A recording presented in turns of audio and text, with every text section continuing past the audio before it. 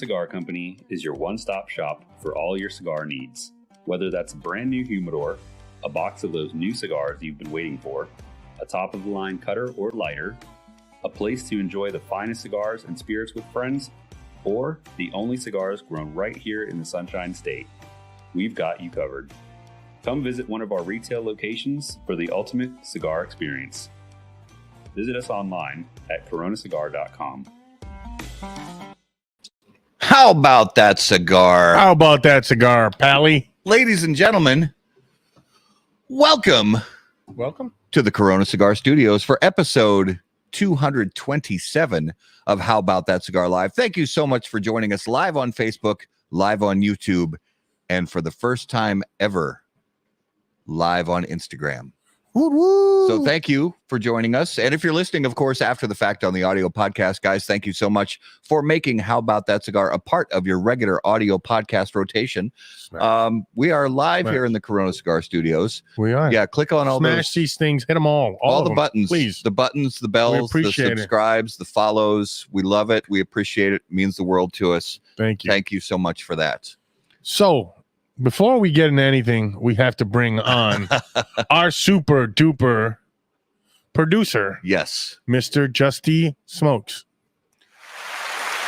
Oh, yeah. I like that. Please. That's please, our guy. Please don't throw any flowers. No. Please. No flowers, please.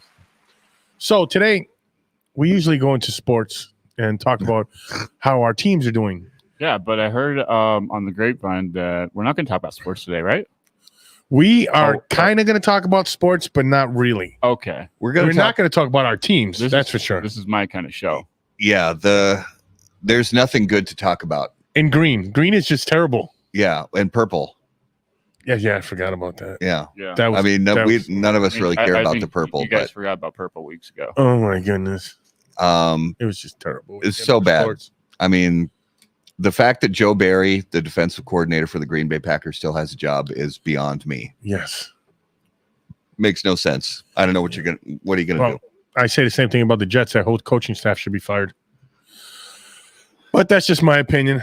But the beautiful thing about this weekend is how them Cowboys got their tails whooped. They got whooped. You're a Cowboy hater? Yes, I am. You better not let Skip hear you. I'm not a hater. I'm not a hater of any team. I just I hate Green Bay and Dallas. I just don't want any team that's playing Green Bay to win. So you're a selective hater. Yeah. I just hate Green Bay and the Cowboys. But you know what? Working with you, I don't hate Green Bay as much. But I hate them Cowboys. Oh man. Oh, what brought on that? Was it the dynasty in the early 90s? Was that? It was when they robbed the Vikings with that Herschel and Walker trade. That was which started my hatred towards the Cowboys. That was a pretty brutal move. Man, I mean, that's still like legendary. It's the worst trade of all time. All time. Gotta agree with you 100%. Just never came back from that, did you? No. Well, then we have 98 where Mr. Anderson missed a field goal after not missing a field goal for 39 years or something like that. Wide left. So I can still hear that call playing back in my mind. Oh my goodness. Was it wide left or wide right? I think it was wide left. I tried to block that out. That's PTSD. I mean, it doesn't really matter. It was a miss. Yes. It was a miss. And it wasn't even close either. It wasn't like it just snuck outside the upright. It was off by a ways. So tonight, guys, on the show, we're going to do our 2023 year in review. We're going to talk. We'll take this box down off the wall, right? What's in the box? What's in the box? So we're going to look through the Been There, Smoke That box and talk about some of the stuff we smoked this year. Talk about some of the big ticket news items in the cigar industry for 2023. Talk about some of our favorite cigars for 2023. And a few other things. We got a couple curveballs to throw in there. Curveballs. We got I mean, we can talk about sports, with curveballs, but yeah. Well, let's talk about this rum you're drinking. Oh, well, I haven't had a taste of it yet. So I poured it. So this is tonight's mystery beverage. Mystery rum. I poured it a little while ago, let it breathe. It's a little bit. Hey, Tony, what's up, brother? It's a little bit lighter in color than I'm Long used time to. no see, buddy. So it doesn't have a lot of color to it. It doesn't. I mean, in the glass, it doesn't appear to have a lot of viscosity to it. So let's give it a little smell. And it's not Kirkland this week. No, I ran out of Kirkland. You ran out of Kirkland. So you might be in for a treat. There's a lot of. It's interesting because the color's really light, but on the nose, it really has a lot of that charred oak barrel smell. But there's also kind of a. Maybe I mixed some rum or bourbon. There's also there's kind of an unpleasant element to the aroma. Did you wash that bottle out last time? Yeah. Oh man. Yeah, it's all. Yeah, I don't. Well, Well, that one that you thought tasted like feet was good. It was good. Yeah. Yeah. I mean, feet's not always bad if you're into that kind of thing, like Rex Ryan. I like pretty feet. You should know what I'm talking about with Rex Ryan and feet. Justin doesn't know. The former coach of the New York Jets was famous for having a very public foot fetish. Okay. Yes. Okay. Yeah. Good to know. I grew up in New York, so Yeah. first thoughts. It's really light on the palate. Mm-hmm. There's not really any viscosity to it. Any flavor? There is. It's kind of maybe a little citrus, a little like caramel, maybe. Are you But- still getting that oak flavor? Yeah, I get the oak flavor. Not much else going on, but I'm gonna let it develop. Well, Justin and I are smoking this. We're smoking, huh? Oh, we're drinking. We're drinking today. Gotcha. What is that? Let me see. That is like a mocha chocolate. Mocha chocolate. Ooh. We thought we have a little NA today with a little flavor. Maybe bring out some taste in the cigar. So what do you think? So far, it reminds me of a Guinness a little bit, Mm-hmm. which I did like back in the day. So Yeah. Well, and this is one of those shows. It's not. I mean, we usually have our shows are usually pretty structured, but this show we just kind of wing it. You know, we just talk. You know, it's just us here in the studio talking to you guys out there. So. Hey there, Dex. You know, Hey, we but I wanted to say, so this evening's cigar, you know, being the last show of the year, I wanted to really pull something special out of the humidor. So I opened up this box of Tatuaje L'Esprit de Verite 2013. So I've loved just about all of these Verite releases. This was, I don't think there was one after this. If somebody knows that I don't believe there was one after this. Huh. But I remember the ones I have smoked in the past. I have enjoyed a great deal. I'm gonna make a little room here for our little friend. So Ooh, say hello to my little friend. Tony, Dax, I haven't seen you guys in so long. How you been? Since It's been what? ages. Earlier this afternoon. This weekend, this afternoon. Man, All right. that beautiful squatch. I gotta stop moving that thing because I gotta have you do That it was because my my nickname in arm college. is still jacked up from my injured tendons in my arm a couple weeks ago, and it's still Have you no switched bueno. Have you switched to the left yet? Ooh, got him. That was a regular thing. Mhm. But I think I'm gonna get this cigar fired up right now on the Dunbarton Tobacco and Trust toast cam. Oh, let's get our friend in the shot there. Get There him. we go. Get him. Don't focus on me. Focus on Squatch. Yeah. No, that's all right. All right, let's get her fired up. Here we go. When lighting your cigar, it's important to be patient, pay close attention to detail, and focus on the tobacco. In the same way, Steve Saka brings those same qualities to the ultra-premium cigars of Dunbarton Tobacco and Trust. Patience, close attention, and focus on the tobacco are the qualities that Saka and Dunbarton Tobacco and Trust have become known for. From Sober Mesa to Umbagog, Dunbarton has a blend that will fit your palate, your mood, and any occasion. Visit DunbartonCigars.com to learn more. Well, He's still lighting. Just I'm give still him, going. Give him, Yeah. a second. Oh. Still No, going. you talk. You can fill this time. I'm All good right. with it. So, first drag. Mm-hmm. What do you think? Right off the rip. Right off the tippity top. Let me get a little retro goodness here. Okay. Retro's no joke on that cigar. Let me get our friend out of here. It's definitely unique. Oh, it's good. It's good. It's good. So me and Dak were at Stogie's today, and we smoked. He was nice enough to buy me a 10th anniversary. 10th anniversary Asylum. Ooh. Oh yeah. It's pretty good. Yeah. We chit-chatted, and it was fun. And then me and Tony took a trip down to Smolder this weekend. Oh, I saw that. Yeah, it looked like a good time. It was nice. How was that It was little nice. Christmas party? They had Santa. Everything was awesome except for the Vikings getting there losing. Not that you care that the Vikings lose. I mean, it feels like you got a I still feel grievance or bad for something the purple. there. It feels like a grievance. Yeah. Yeah. Yes, it is a grievance. Should we air those grievances? Airing grievances. We already aired the grievances earlier. We're not doing that till December 23rd, Matt. Come on. Oh, that's Yes, right. That's right. That Yeah, didn't we're happen going to yet. air those live on December 23rd. Yes. Is Yeah. what I meant to say. Yes. Jeez. Totally. So I want to take a minute for 5 minutes for you and 5 minutes for you. Oh boy. I'm gonna start with you. Oh man, where You we need going? 5 whole minutes? Yeah, well, it's up to him how long you take. Every time we have a guest on the show, we always ask them about what their first cigar was and how they got into cigars. Justin and I started about the same time, really hitting the cigars hard, and he's a neighbor of mine, so we spent a lot of time together. But tell the audience about how you got started. Well, I mean, you knew me getting started in cigars when you started, but in all reality, it was probably 3 or 4 or 5 years before that, at least.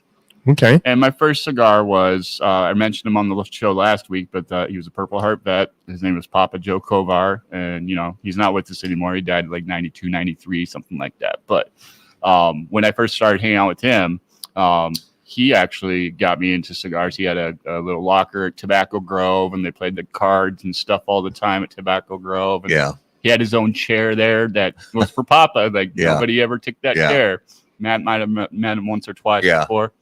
But he gave me my first cigar. I think it was one of his favorites is like Ashton Churchill or something. I don't know the exact one, but that's what one of his go-tos.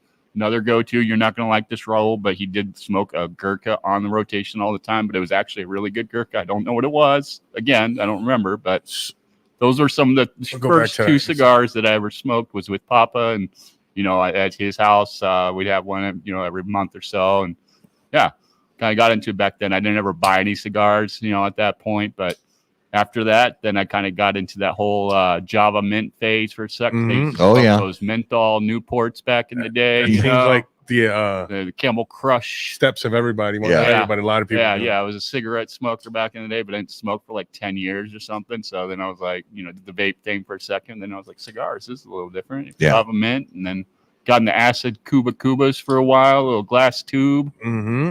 Those are great.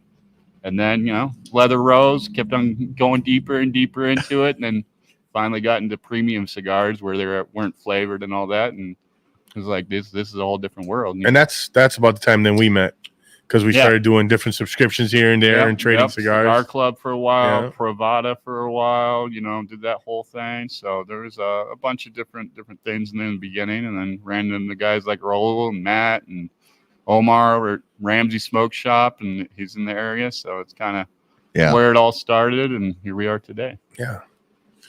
Omar actually said he misses you. He said he hasn't seen you as I know I much. got to get in there and get this lighter. You're right down the road. Right down the road. Yeah. I never leave these days. I Yeah. can pick you up. I don't mind. It ain't out of the way. I'll get there. All right. So, Matt, same question for you. I know you've been smoking a lot longer than both of us. And tell us one of your first cigars. Also, tell us how about that cigar started. Tell us about the whole idea of having the name first and then going from there. Yeah, I mean, I've talked about this on the show before, but it's been a really, really long time.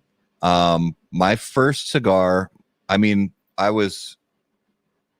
grew up in a house where my mom smoked cigarettes. When I was young, my dad smoked pipes and a cigar, and cigars. But he smoked cigars basically when we're outside cutting down trees, chopping firewood. And they were like grenadiers, the machine rolled grenadiers in the yellow box, or Garcia Vegas or Dutch Masters, that kind of thing, just to like keep mosquitoes away when chopping firewood, basically. And in 1996, I was in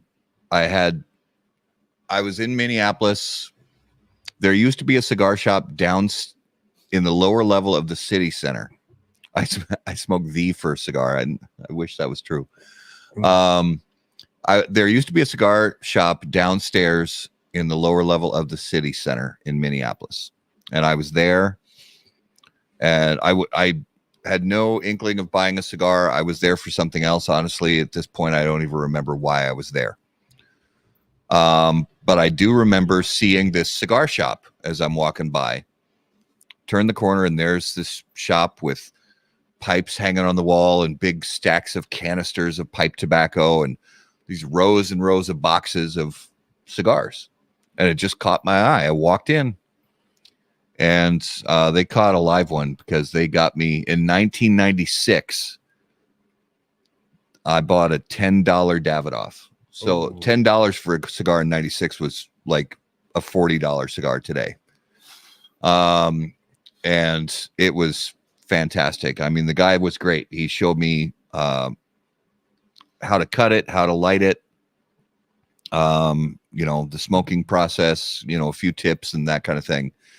And for many years, I was just a casual, occasional cigar smoker. Like 2 or 3 times a year, if there was a wedding or a bachelor party or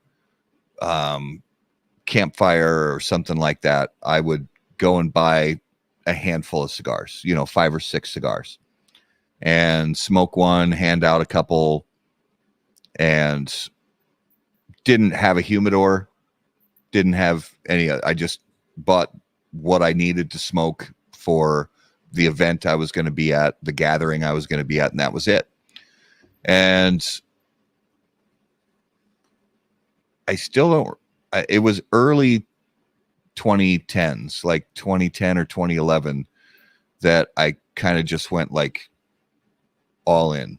Like the bug just got me. The premium cigar bug got me, and I got my first little desktop humidor and started buying fivers and samplers and trying everything I could, and started listening to podcasts like the Cigar Authority and KMA Talk Radio and Cigar Dojo, Smoke Night Live, and Cigar Coop. Coop's been around forever, hasn't he? Yeah, he has. He smoked the first cigar. He's, so you know, Tony. And him and Christ used to go to high school together.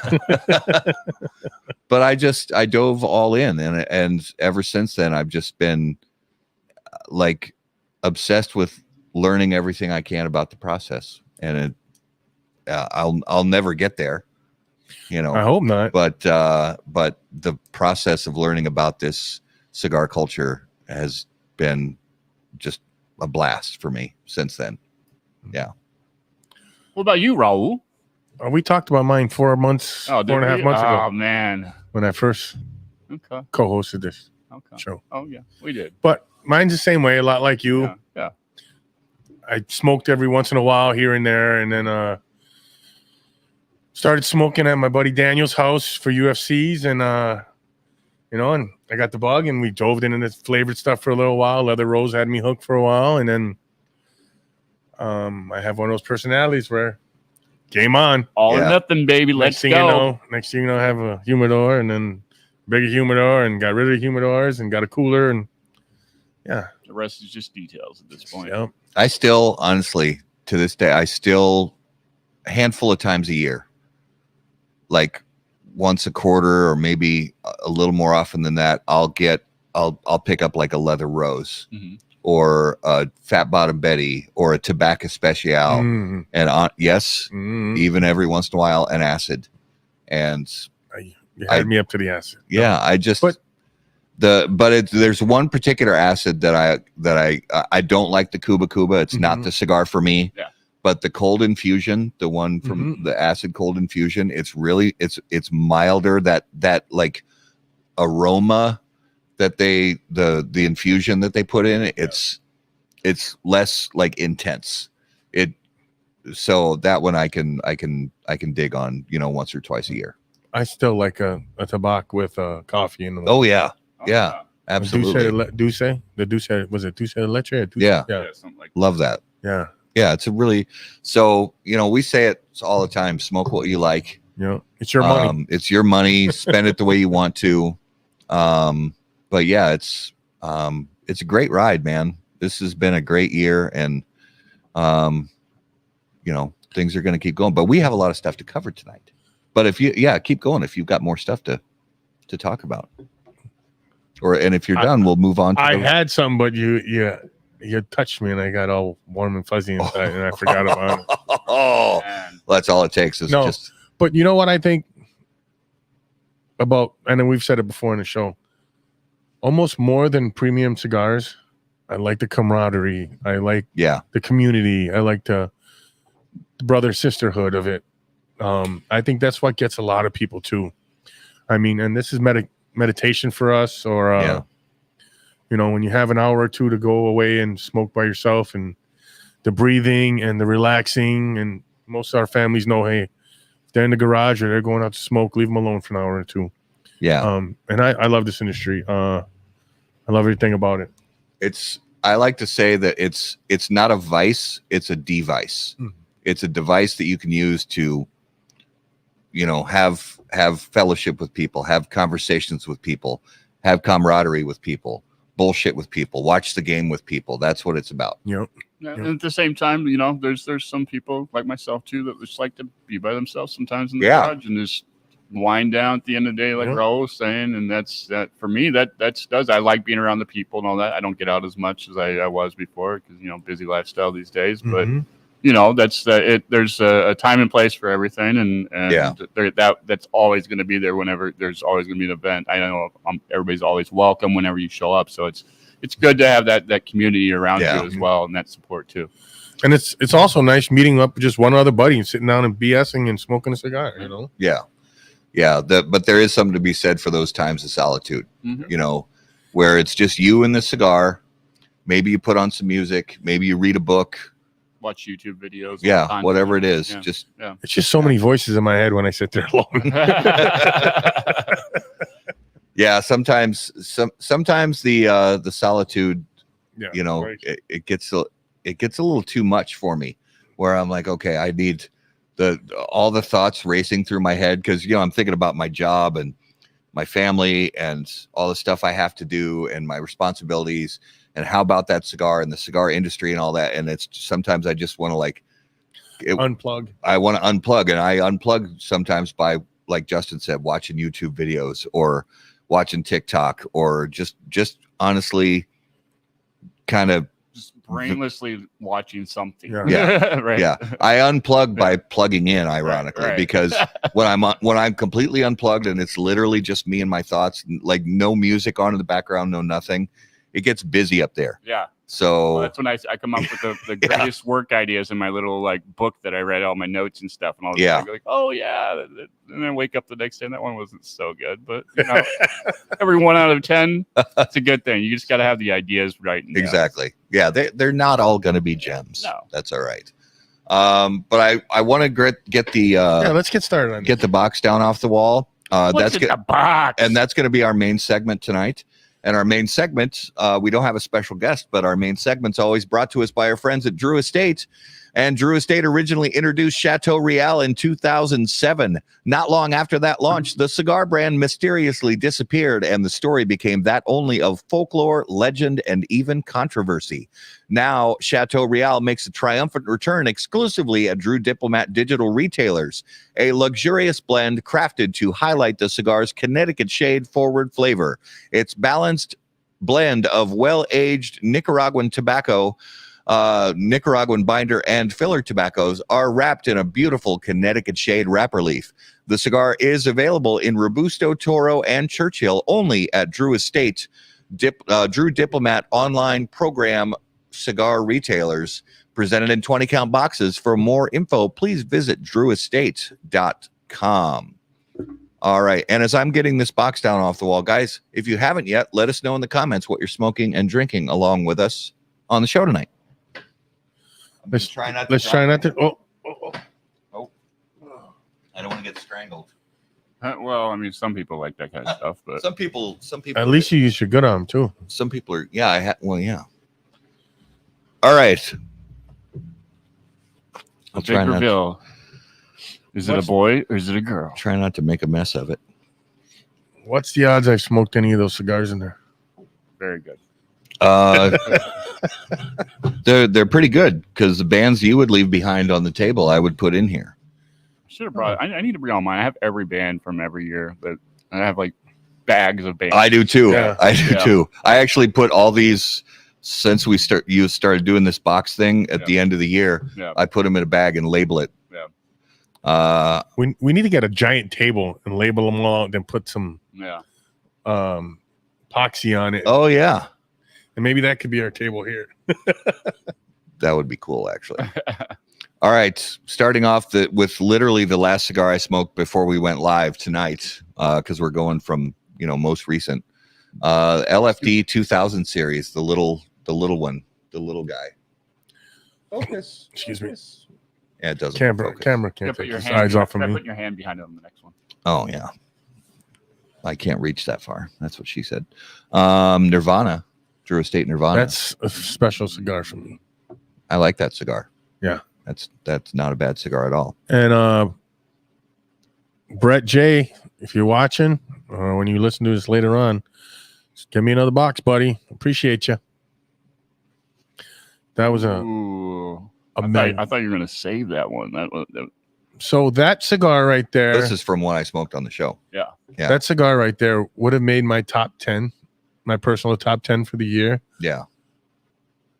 But I can't afford to smoke as many as I'd like to give it a real flavor. Yeah. Mm. So that's beautiful band. That's the It's still Mirafell be in your top 10. cigar. It's in my top 10 all time. Okay. Just because it was so beautiful. Yeah. Yeah. But it's not in my top 10 for the year. On your regular rotation. Yeah. We got Mi Querida. Mm. This is from the Mi Querida Black Papasaka. That is in my top 10. Yeah. Yeah. Same. Is it? Are you giving up secrets? Because I'm just saying mine because we have a whole show on what the show's top 10 is. It may or may not be. Okay. Yeah. Luciano Cigars. Maria. It's another Lucia. good cigar. Like that one a lot. Oh, another Mirafell. That was so one of these was from when we had Jeremiah on the show, and the other was from when we had Reinhardt on the show. Yeah. And I do not remember which is which. Well, one was a double Robusto and one was a Robusto. Yeah, I think that's right. Yeah. El Baton. I haven't smoked one yet. Yeah, you have. I gave you one way back, like earlier this year at Reds. Huh. Yeah. I don't know if you smoked it though. You may have put it in your case. It might be in my yeah. box. And it's Right. JC Newman. JC Newman, yeah. Cinco de Cinco. Ooh. I haven't smoked one of those yet, and I'm dying to one's a smoke one. Heavy hitter from 2023 for sure. That's a good cigar. Yeah. How does it compare with the one from the year before, the black label one? That's a good question. I think I like this one a little better. Okay. I think I do.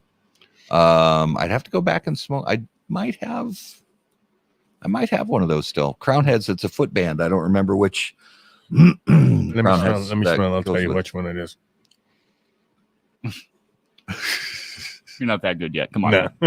One So day. this is one of those other Maestro Yes. Maestro series from Hoyt, Nicaragua, the Obras de Maestro. Yeah, that one's pretty good. Cinco de Cadas, like that one a lot. Opus 20 year. This was from Justin. Ooh, I remember that. Yeah, one thank right you for there. that cigar, brother. That That's was a good tasty. So, speaking about opuses and Arturo Fuente, January 1st, I will smoke my first opus. What? In over 7 months, 8 months. Okay. And that same day, I'm going to smoke a Gurkha that's actually 6 years old. Okay. So the tides are turning. No, I got to grow. You got to grow. You can't stay stagnant in your own way. You got to keep growing. You got to branch out. We got these at the trade show. The Jake Wyatt Maverick. It's a Connecticut wrapper, right? I don't remember. I'm so sorry. I don't remember. I think maybe. Yeah, I think it was. I enjoyed that cigar quite a bit, actually. The Halligan. That's when we had Brett J from Tobaccology on the show. Tony, I've went through about a box and a half of the Room 101 14th. I don't know if I haven't, because the ones I've smoked, I haven't smoked here. No, you smoked them at Omar's. At Omar's, yeah. This was one you brought over and smoked, the Neanderthal. That was the H-Town Lancero Neanderthal. Oh, that was good too. This was one from a review that I did recently. The Aladino Sumatra, the new Aladino Sumatra. Yeah. Not my favorite Aladino, but a good cigar. But that's their limited edition one, right? I think the Sumatra is a regular release. No, well, they have a limited edition now too.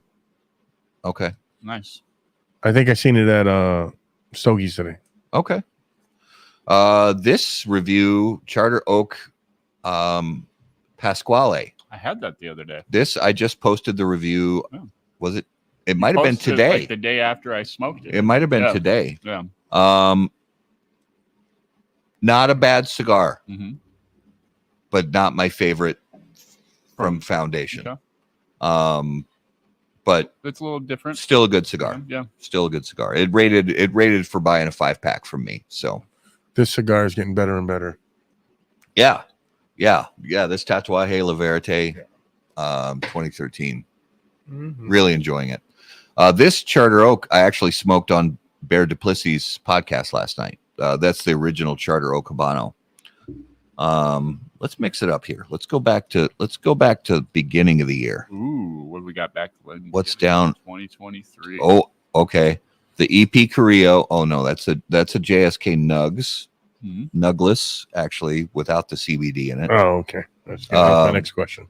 Protocol, Elliot Ness. I don't recall from this band if that was the Elliot Ness Maduro or Natural.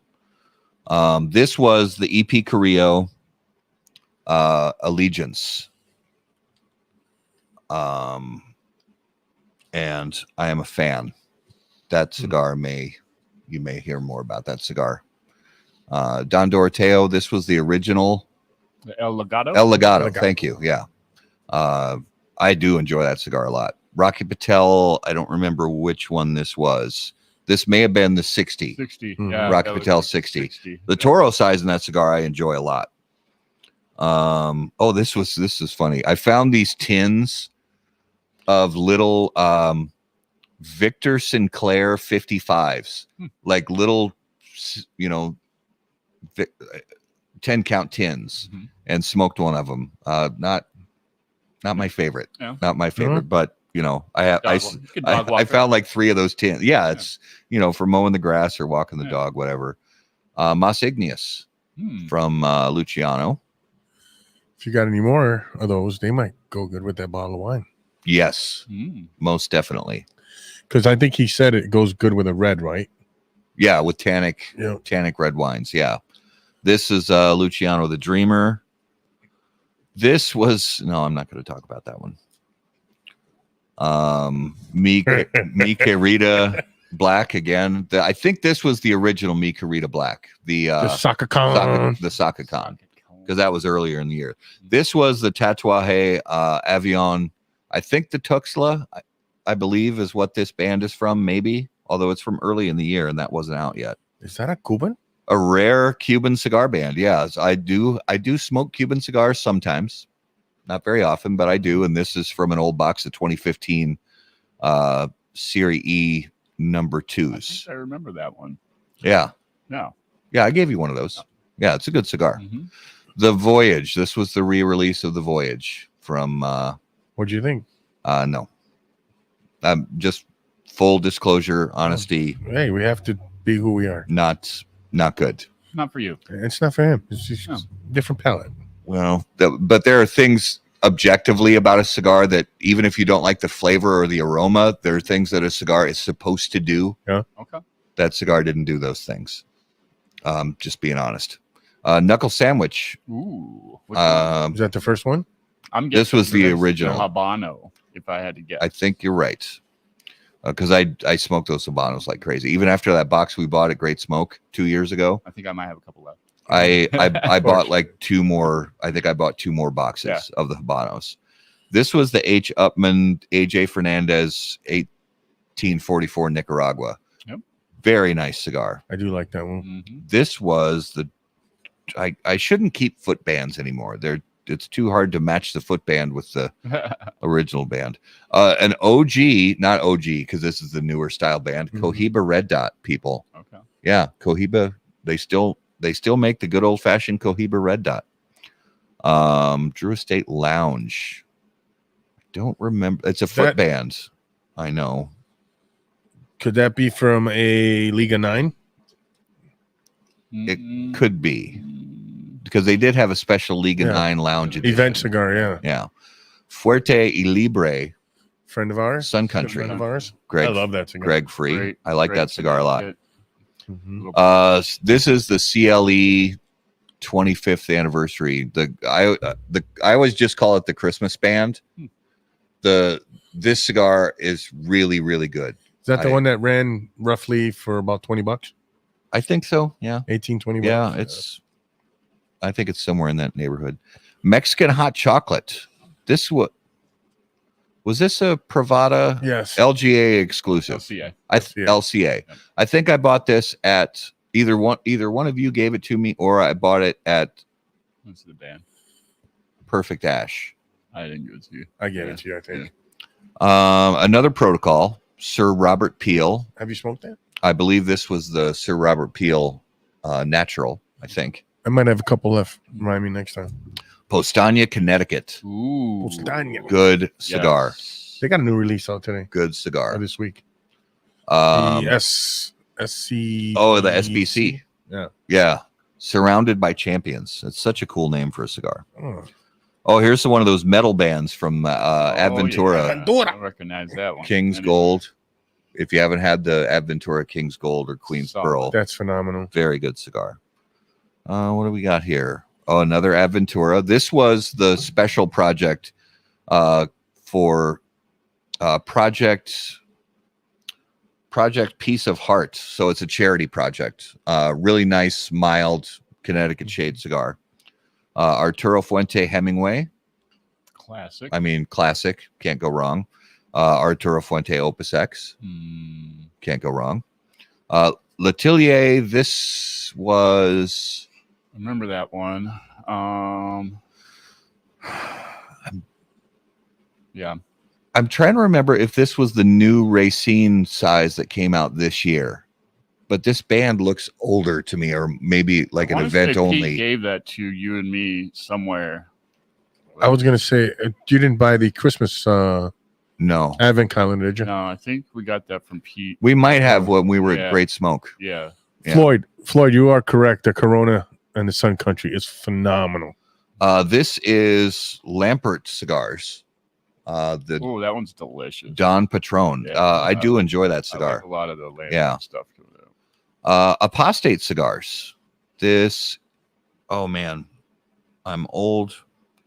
Is that what it says on it? I'm old. The writing is, I don't recall, but I've really been happy with their. They're blends. a great bunch of guys, and they make solid cigars. I mean, you can look under that little writing. I mean, can you make that out? Let me see it. Yeah, Justin's. I'm not even. I don't even have my glasses on. You want me to see it? It is the State of Deseret. Oh yeah. Yep. AKA cigars. I believe I got this from somebody at a shop once, and I'm so sorry I don't recall. I think that was one from PCA. That's where I got mine from. Was it? I think so. Okay. Aganorsa leaf. This was the signature Maduro, I want to say, I think. Yes. Signature Maduro. Yes. Aganorsa leaf. Rare leaf. No, Rare this leaf. was the rare leaf reserve. Okay. That's why I keep the foot bands. HVC 10th anniversary. That's a good one. I do like HVC stuff. I don't remember if that one's like in my top HVCs. I like the Black Friday. Black Friday, yeah. I haven't had this year's. I haven't tried this year's. Drew Estate M81 Maduro. It's actually a pretty good cigar. I mean, I've heard some people rag on it. I think it's a good cigar. I think it is too. This was the All Saints St. Patty's cigar. Firecracker, wasn't it? The firecracker. Yeah, St. Patty's firecracker. This was JR Pure Origin series. I got this cigar from again, I'm getting old. I don't remember who I got it from. There's another Nugless. I really like those Nugless. Double broadleaf right Alec there? Bradley. No, this is the experimental series. Oh, wait. This was double broadleaf. Yeah. Alec Bradley double broadleaf. This was another Saka, Muestra de Saka series. Hashtag NLMTHA. Now leave me the hell alone. The Lancero. Yes. And that's good. It is a good cigar. Oh, the cigar I really enjoy. The 1502 Sapphire. So if you have a shop, 1502 is a smaller brand. Lancero is phenomenal. Lancero, yeah. So is the Emerald too. Yes. All right. Here's another All Saints Dedicación. And Room 101 12th anniversary. Okay. I like the 12th, but that 13th, 14th is my favorite. Phosphoro. That's when we had Jeff Moutet. 13th was the pink one, right? Yep. So yes. Another Mas Igneous from Luciano. Superfly. Is that Connecticut? Looks like it. I think the bands are the same. Yeah. So I did get a deal on a box of the Maduros because of shop. Well, I won't go into it. Yeah. I think that's another double broadleaf from Alec Bradley. Ooh, the Numero Uno from Hoya de Nicaragua. This cigar, if you haven't had a Numero Uno, I know that it's a higher price point than a lot of the other stuff you're going to see in your shops. Just treat yourself to one. It's a really good cigar. Black Star Line, La Libella. I really have enjoyed a lot of the stuff that Eric Bay has been doing with Black Star Line cigars. This Antonio 1970. Yep, that's solid. From Hoya. I was going to take my hat off, but the glare off my forehead was too bright. Was it too much? Too much. You're blinding me over here. McAuliffe. I don't have the secondary band. I'm not sure which McAuliffe that is. Do you know which one that is? That might have. No. It's not the black. No. I was going to say it was one of those little ones maybe that I gave you at the beginning of the year. It might have been. But there's a secondary band. ATL cigars. Again, no, I don't. I'll probably. No, I think that's the Fire or Fear. I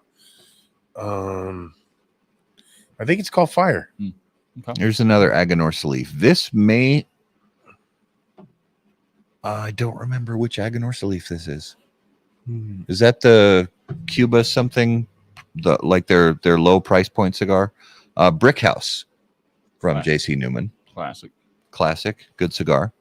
Olmec from Foundation Cigar Company. Is that the Claro or the Maduro? This is the Claro. Okay. The Claro. And I actually like the Claro better than the Maduro. I was just going to ask you, but I'd rather have the Maduro. Because I smoked both.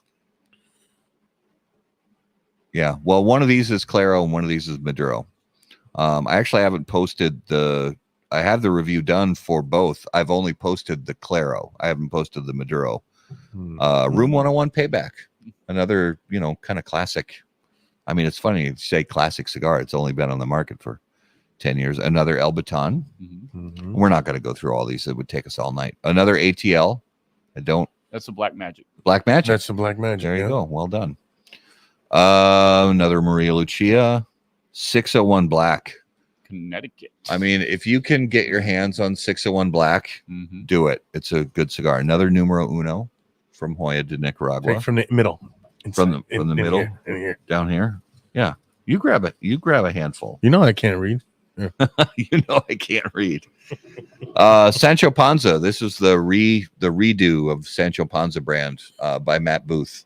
And who do you work with that? Who they do? He did a collaboration, right? With Justin Andrews. Yeah. Mas Igneous secondary band. Todos Las Dias from Steve Saka, John Barton Tobacco and Trust. Another Mas Igneous. You smoked a few. Oh, Island Jim. So if you haven't smoked an Island Jim, it's a good cigar. Interesting cigar. Looks like a number 2 pencil. And that's pretty much a store exclusive, right? That they started sending out. It started as a store exclusive. Yeah. The Christoph Guardrail. Ooh. Yummy cigar.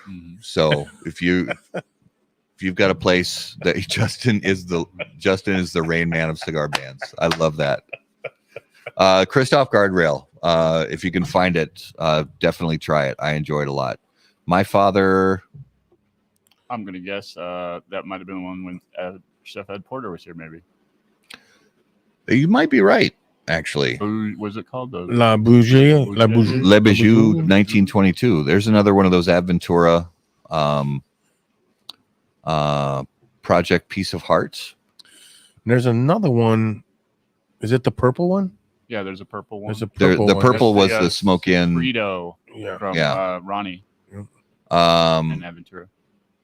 Guardian of the Farm from Warped and Aganorsa Leaf. Aventura Queen's Pearl. Ooh, another good Connecticut. That Connecticut cigar. Lancero is phenomenal. Another Superfly. I think this was from that box that I liberated. Davidoff. This was, I think, I'm going with the Lancero. No, I think this label. Yeah. This was the Davidoff Nicaragua. I think. Yeah. Robusto. Le Patissier. After this is when they put those really cool looking bands on them. I love that green color, like that mint green kind of color. I still would rather smoke the PCA exclusive one with the brown foot. Well, you bought like 6 boxes of them. I still got 1 or 2 left. Davidoff Year of the Rabbit. That review was published on How About That Cigar recently, so go check that out. Throwback Hoyo de Monterey Excalibur. That was one of the newer versions. This Foundation, their special edition. I don't know how to say this word. Senator, or however I don't know how to say it. Another Douglas, Luciano. Another Don Doroteo Legato. Have you tried any of the Salted Earth yet? Yeah. Think of them. I've actually only had the one, and I don't remember which one it was. Yeah, I don't recall. I have one of each of the blends. I just don't remember which one I tried. Had the Fiat Lux. I had the Fiedra Viva. That's one. Oh, this cigar, La Zona 10 year. Ooh. I bought this at Burn in Burnsville. La Zona 10 year. Very, very good cigar. More Protocol, more Hoya, another Sancho Panza. Thanks for joining us, guys. Hey, welcome. Good evening. Undercrown, 10 year. Very good cigar. That was on our top 10 list last year, I believe. Los Statos Deluxe from Room 101. Which one is that? Because the other one's blue. Yeah, this was the. I don't remember which one's newer, the blue or this one. The blue one's the one that we got this year at PC. So this is the older one. Yeah, I think so. Yeah. The blue one was darker. This is Rorschach from Black Label. Ooh, yeah. Blackwork Studio, actually. Rorschach, very good cigar. The Gatekeeper from Alec and Bradley. Solid cigar. Really like that one a lot. Perdomo 20th anniversary. I'm pretty sure this was a sun-grown. Sun-grown is for Perdomo's sun-grown is usually my go-to, unless it's the champagne. The barrel aged one was pretty good too. Yeah. I like that one. McAuliffe. I'm so sorry, I don't remember which McAuliffe this was. That might have been that little one, the little petite Corona. Yeah. Henry Clay. This is the Henry Clay Warhawk. Very, very good, low price Connecticut shade cigar. Griffin Dave. Oh, Griffin Dave. Yeah. Those are the great guests.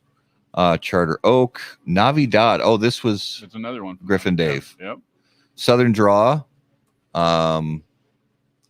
This is Desert Rose. Rose of Sharon. One of the Rose of Yep. Sharons. I don't remember which one it was.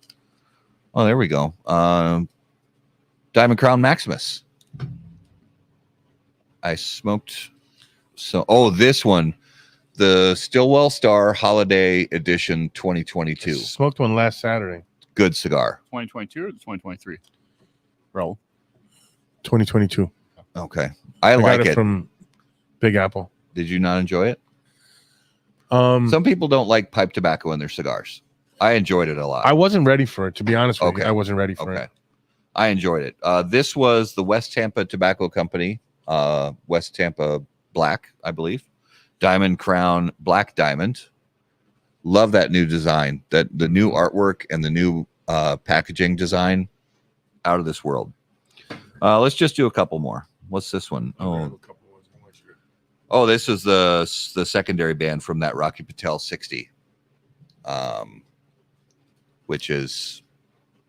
that's a good cigar. Perdomo Champagne. I smoked a fair number of those this year. Stanley, I can't remember which one that was. I think this Postania. I always kill that name. Is that the War Bear? Probably the War Bear. Yeah. I love that cigar. I smoked a lot of them. I love that cigar. Protocol Original Blue. I'm pretty sure this was the 6x60 because some of us can actually smoke a big ring gauge cigar. Some of us don't like big things in their mouth. Aventura. See, there's another one of those Aventuras. Well, you probably smoked a 5-pack since they come in a 5-pack. I bought all the 5-pack. Somebody was phasing them out, and I bought all the 5-packs at 40% off. So can't go wrong. Jokes on them. Tatuaje Kappa Especial. What you guys think of most of the Tuxlas that came out this year? I liked most of them. One of them I absolutely loved. Which one was that? The Lomo de Cerdo. This is a Protocol cigar. It's called, come on, focus. It's called the Taser. This was a collaboration with Protocol and Cigar Dojo. Fuente Añejo. I mean, come on. It's Fuente Añejo.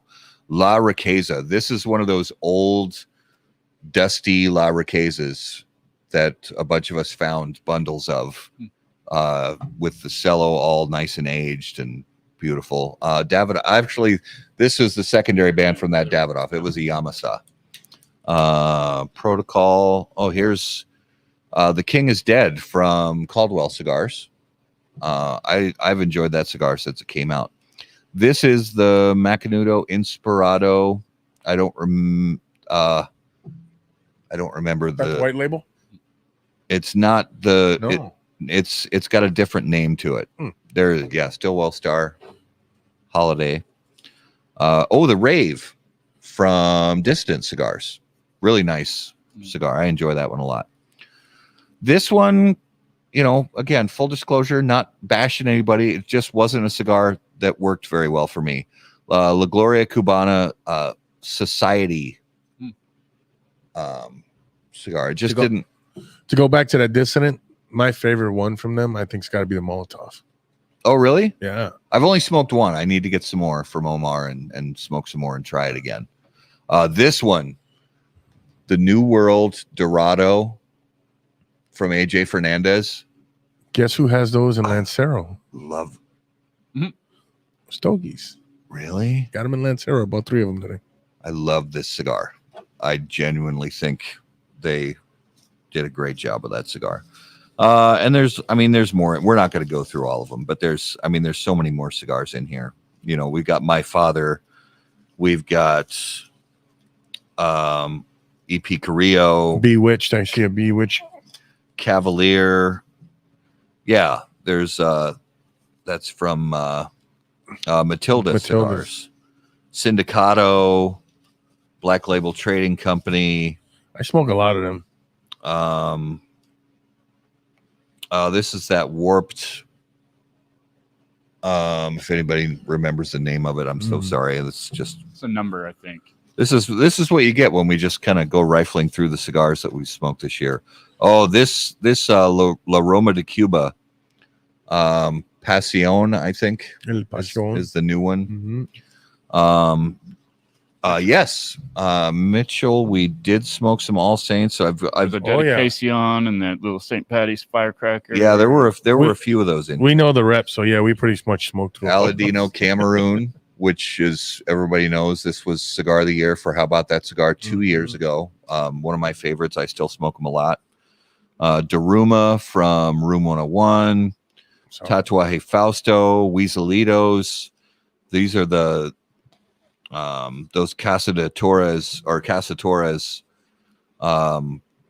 from made by Roma Craft for the Schusters. This Crux Habano, Germany. Yeah, it's fabulous. That was a good one this year. Oh, the Crux Habano, yeah. There's some more of the Postania Connecticut's Lavaretta from Crowned Heads. Rich Jordan says, there any Fonseca in there? He knows you got some Fonseca hiding in there somewhere. Ooh, that was a vice versa. Vice versa. Any of you guys smoke these? Fratello? Yeah, I just smoked that one. Do you go full flavor or do you go mild? Or do you cut in half? And you don't get the whole thing of it. Yeah. Yeah. You don't remember? I don't remember. There's another Opus 20th anniversary. War Bear, ATL. Santa Maria. What is it? Santa. What? Santa Muerte, is it? Which one is that? Yeah, Santa Muerte from Black Label. A pre-release from somebody. I don't know. I don't remember. Pre-release 5x46. Huh. Yeah. Those are always fun. If I could remember. I'm sure I have notes about this and pictures somewhere. Oh, I'm sure. So I just have to find Laranja Escuro. Really good cigar. Espinosa. Liga Privada H99. Yeah. That's a good one. So that wrapper 3 times. Oh, Alfonso. Ooh. The Alfonso Extra Añejo. Those are good. Yummy. Rich, no, I don't think there are any Fonsecas. Now, the Fonsecas, while it still is one of my go-to cigars, I tend to not buy boxes and store them at home. I buy them when I go to the shop. So pretty much every time I go to a shop, they have a box of Fonsecas and I buy 1 or 2. It's like part of my regular, like, I'm going to buy some of these. So, but yeah, that's sort of there's an Oliva V, which still, I love the Oliva V, especially the Lancero. And the Oliva G Robusto. I mean, it's one of those cigars that's been on the market so long, but that don't sleep on that Oliva G Robusto. It's still just as good. I mean, the first time I smoked it was probably, I don't know, 10, maybe 15 years ago. And they're really consistent. It's one of those cigars that, like, when the cigar that you bought as an Oliva G Robusto 10 years ago, the flavor profile that you're getting in that cigar today is pretty much the same flavor profile. And I mean, that's one of the best things you can ask for is consistency. So that's a little deep dive into the, and now this is probably a mess. Look at that. The Been There, Smoke That box. It's, yeah, we got some stuck up there, but that's all right. And in, 10 days, 12 days, it'll be time to empty this out and start all over for next year. So it's always fun filling this thing up. And I did not smoke as many cigars this year. What? Yeah, I cut back. I mean, I was like a 5 to 7 cigars a day person, and now I'm like a 2 to 3 cigars a day person. I like that. I like to hear that, Luciano. Mm-hmm.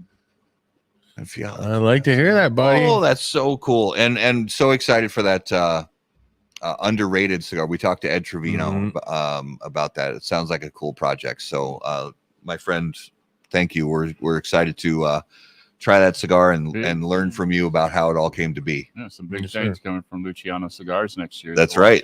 That's right. It's going to be a big year for those guys. Super excited, Luciano. All right. So that was, that was going through the Been There, Smoke That box. I'm going to have another little pull on this. Well, while you do this that, rum. you want to go to our next sponsor just real quick with Smoke In, or are we at that point yet? Or? Not yet, Okay. but yeah, we got plenty of time. No worries. Okay. The aroma has kind of mellowed a little bit. It honestly at the beginning had like kind of there was a little bit of almost a chemical cleaner kind of a smell to it, but that's dissipated. It's still sort of there, but it's more floral than it is like chemical. Yeah, I think I can only drink one of these a night. These Mocha Nitro Stout NAs. Yeah, I think this might be, maybe, I don't really know. This might be a molasses rum instead of an agricole rum because it's pretty sweet right away when it hits my palate. But now the finish, after it fades, the finish is almost kind of sour.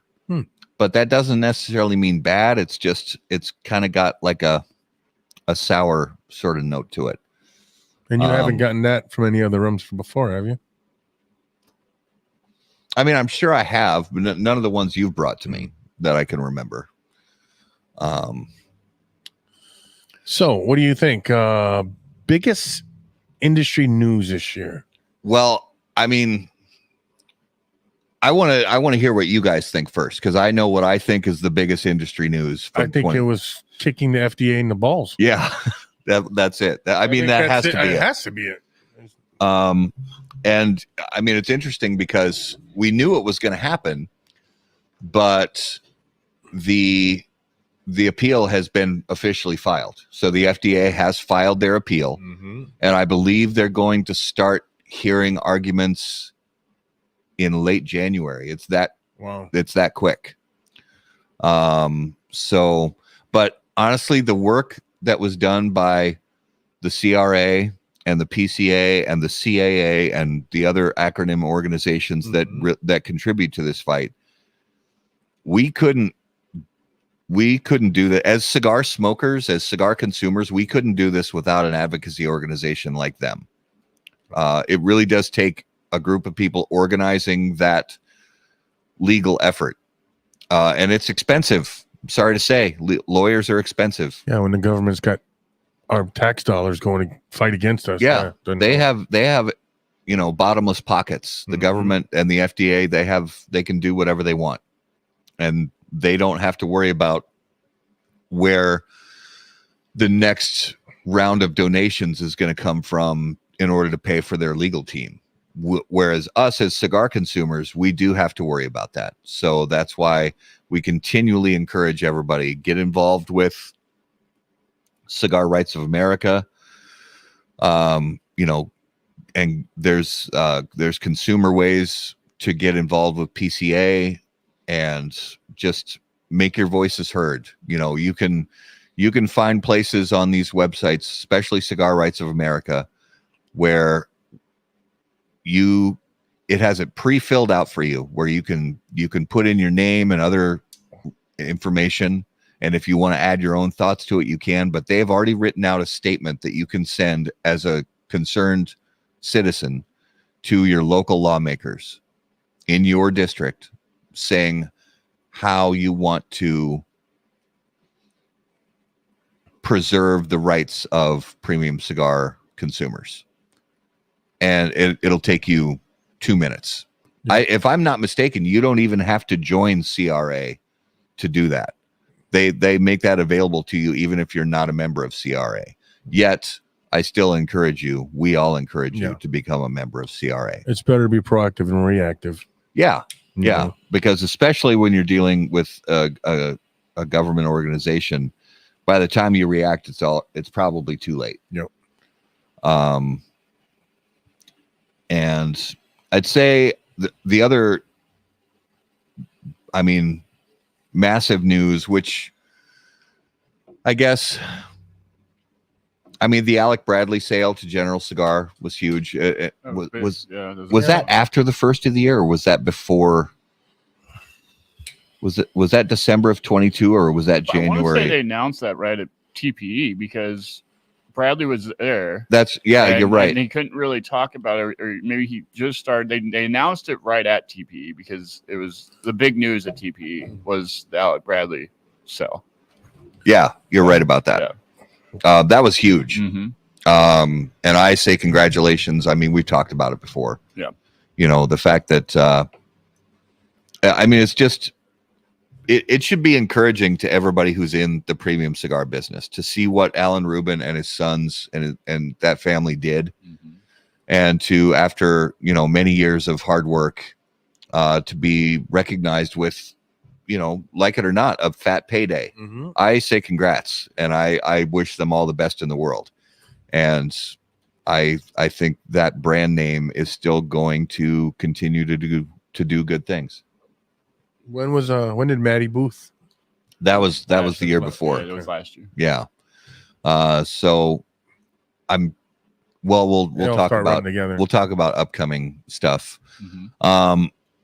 So we've talked about this with some of our guests, recently, but I want to hear from you guys about this. As far as the holiday season goes, because Christmas is like a fart away. Mm-hmm. Depending on how you choose to fart. You're saying you can smell it from here? Yeah, you can. Exactly. Well done. Yeah. What do you love about the holiday season, and what do you really not like at all about the holiday season? Looks like you're looking at me. I'm looking at you, Justin. Man. I like to take time off work. I'm not gonna, that's a good thing. I like to spend time with the family, like most people do. Christmas is good. Yeah. Yeah. What do I not like? Yeah. I don't know if I don't like anything about Christmas. I don't know. I hang out with the fiance's family. We smoke cigars afterwards. It's pretty good so far. What's your go-to? If you were forced mm-hmm.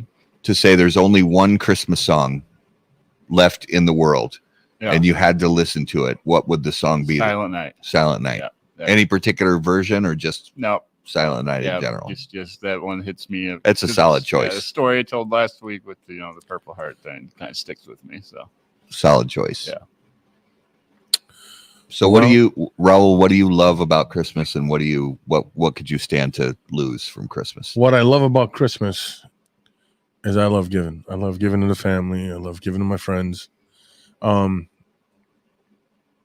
love eating. I don't know if you ever noticed, but I like eating. Same. And my sisters and my wife get together and they make some Puerto Rican food. So it's pretty cool. Yeah, I gained some weight. What I don't like about Christmas is the way I've been blessed with a solid job. Yeah. So nowadays it doesn't hurt me to give. It doesn't hurt me to share what I have. But not everybody's that lucky. This time of year is very stressful for some parents that have to worry about getting their kids presents and taking care of their family. Yeah. I don't like that TV and media puts that much pressure on parents. Yeah. And the toy companies and everybody else put so much pressure on parents that are maybe struggling from paycheck to paycheck. The over commercialization of it. That's what I don't like about Christmas. I was actually talking about that today with Katie. So that could be a dislike. Is that commercialization where it's like it's not the same as it should be. Yeah. It's not about the materialistic things that the U.S. is coming to know today. Right. Yeah. That really. That's.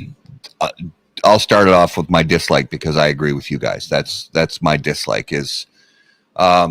Somebody I saw on social media recently, somebody had a quote from a somebody notable. I don't remember who it was, but it stuck with me. It said, you shouldn't go into debt to prove to somebody else that you love them. At Christmas. At I seen that Christmas one. I time. forgot who put that out. I seen that. Yeah, and that's so true. Was it The Rock or something? It was I don't remember. It was some actor or Hollywood person. Yep. And you shouldn't don't put yourself into debt to try to prove to somebody else that you love them. Somebody who's already in your life, by the way. Just it's more about time with each other, time with family, time with friends, and taking time off work, just being away from the grind. It really is. Yeah. Those I wish I can get off work. We work Christmas Eve and Christmas Day. I know. Christmas song for you. Well, it used to be Baby It's Cold Outside.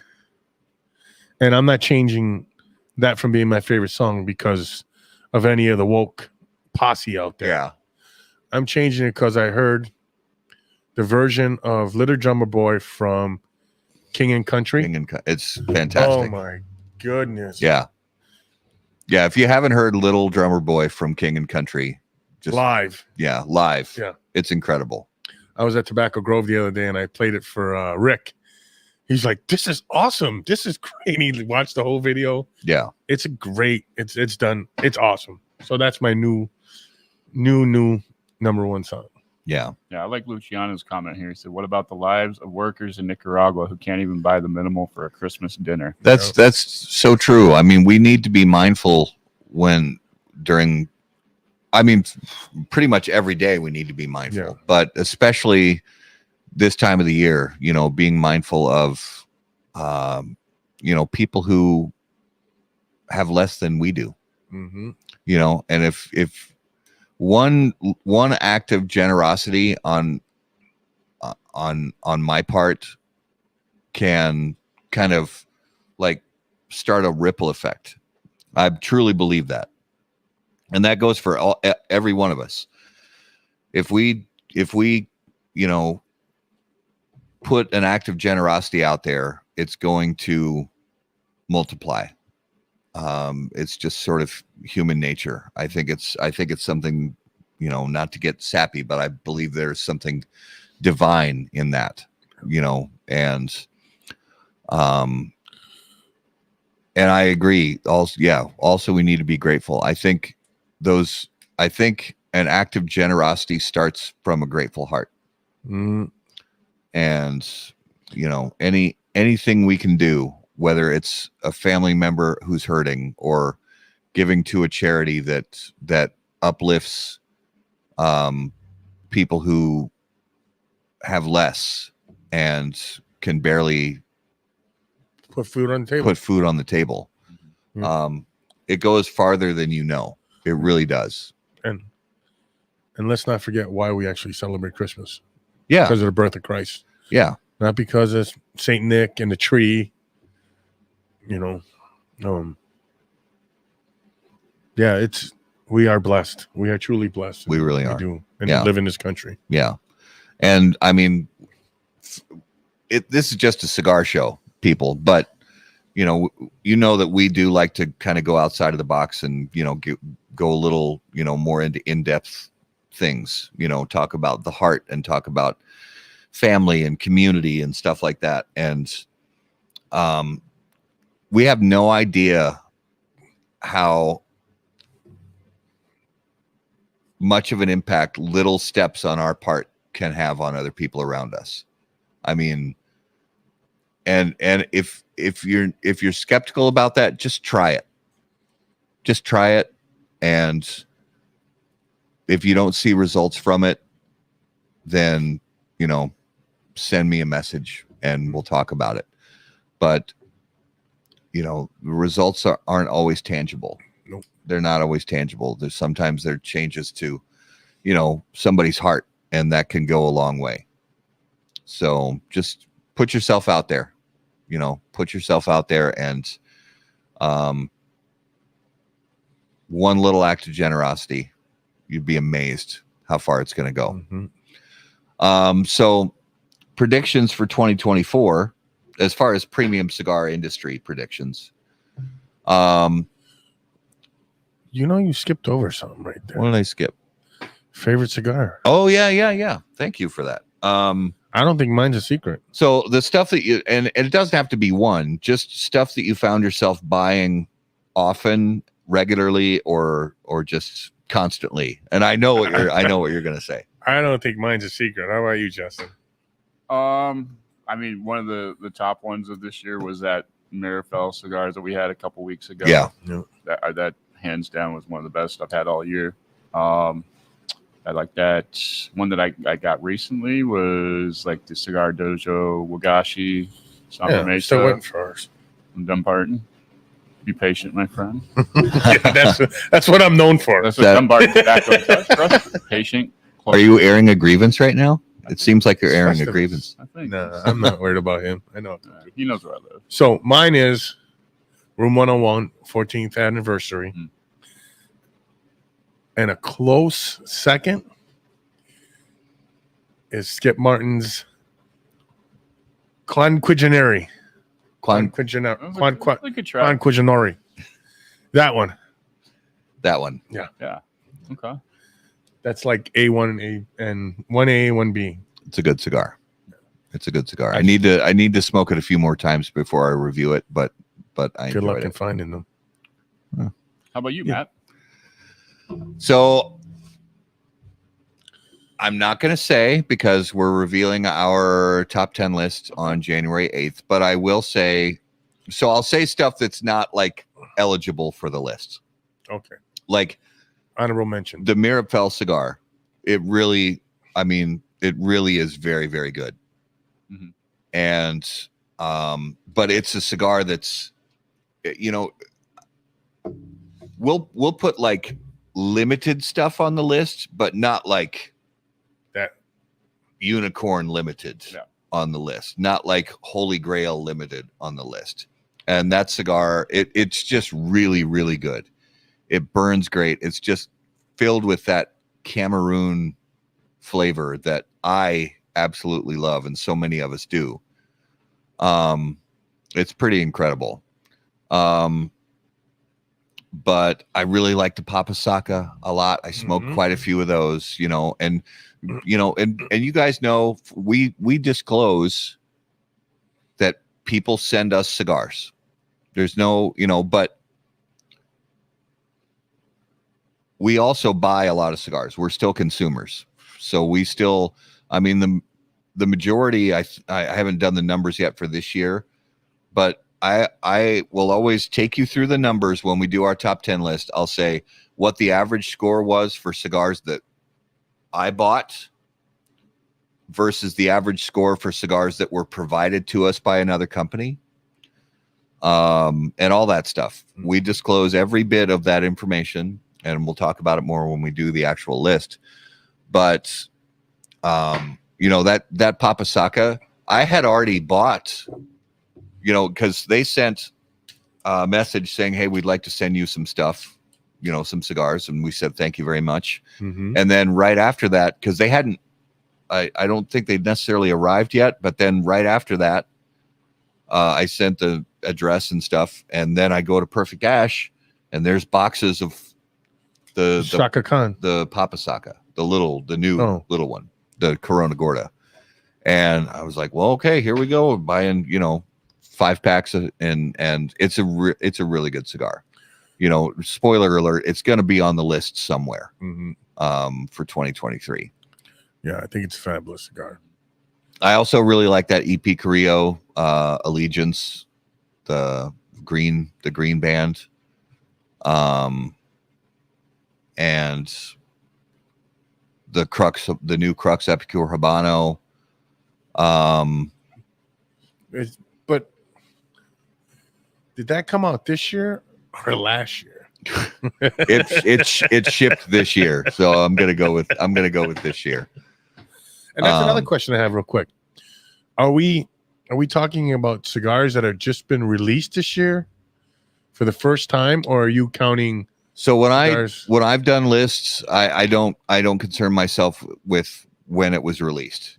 Now I'm not going to go back and put a cigar on the list that's been on the market for, a really long time. But it's I don't specify like exact numbers, but it's got to be a relatively recent release within the last year, 2, maybe 3, but I don't want to push it back that far. So just so you guys are aware, Matt is doing the show on the 8th pretty much off of his list.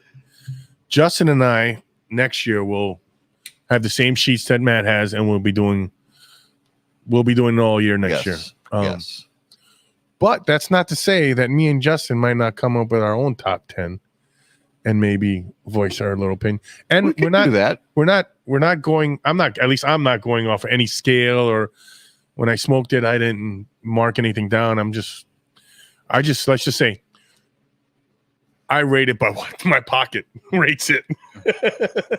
If I bought 2-3 boxes of it, it's going to be up there. Yeah. And that's a big factor for me too, especially when there's tie scores. I mean, that's the tiebreaker is how much did I smoke it? How much did I buy it? And I think it's possible. I don't really know which, but I think it's possible that we're going to see more cigar brand acquisitions by big companies. Yeah, I'm surprised there hasn't been one before the first of the year. The year's not over, so you're right. There may be one before the fiscal year or calendar year is over. I think it's possible, although I think it's probably going to wait until the calendar year turns over. Maybe just before PCA. Possibly. Yeah. And I really don't. I mean, there are a few brands out there that sort of get tossed around. Is Rocky Patel ready to retire? Does he want to just, sell and move on? Which, again, I have no problem with that if that's what he wants to do. And then brands, I think sometimes about brands like CLE and Asylum, or, of course, now, shit, I'm drawing a blank. Well, who was it? Skip Martin, or was it Saka that said, "My company's for sale. Just come up with the right number"? Yeah, That was Saka. Yeah, Saka said that. And he's been given multiple offers, and they're never the right number. I don't blame him, for wanting as much as he can get for his hard work. But I think we're going to see, whether it's between now and December 31st or sometime during 2024, we're going to see more acquisition. And who do you think's going to? What company you think's going to buy the other company? Well, I mean, STG has, deep pockets. But Altadis has sort of deep pockets also. I don't think it's quite as big, but I could be wrong about that, but I don't think it is. STG is pretty massive. So they're the ones who have the buying power. They have the capital to present to a potential acquiree right now. Like, they don't have to wait for the deal to go through. The Alec Bradley deal went through pretty quickly, because typically when a acquisition like that is announced, it gets announced, and it's I mean, if we're talking big corporate America, big business, big tech, it'll be months, maybe 18 months before that deal is like finalized. It's done. The Alec Bradley from the time it was announced to the time it was finalized, I think was 2 weeks, maybe. So, $72.5 million, nothing to sneeze at. No, but you can't compare it to, like, if Google wanted to buy, Salesforce.com or something like that. It's totally different. That's why those deals take so long.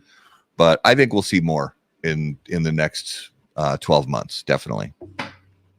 You think Perdomo? I think Perdomo is possible, although I don't think Nick is he's so dedicated and he's so tenacious. I don't think he wants to hang it up yet. I mean, his son Nicholas III, he's coming up too, and he's doing a great job.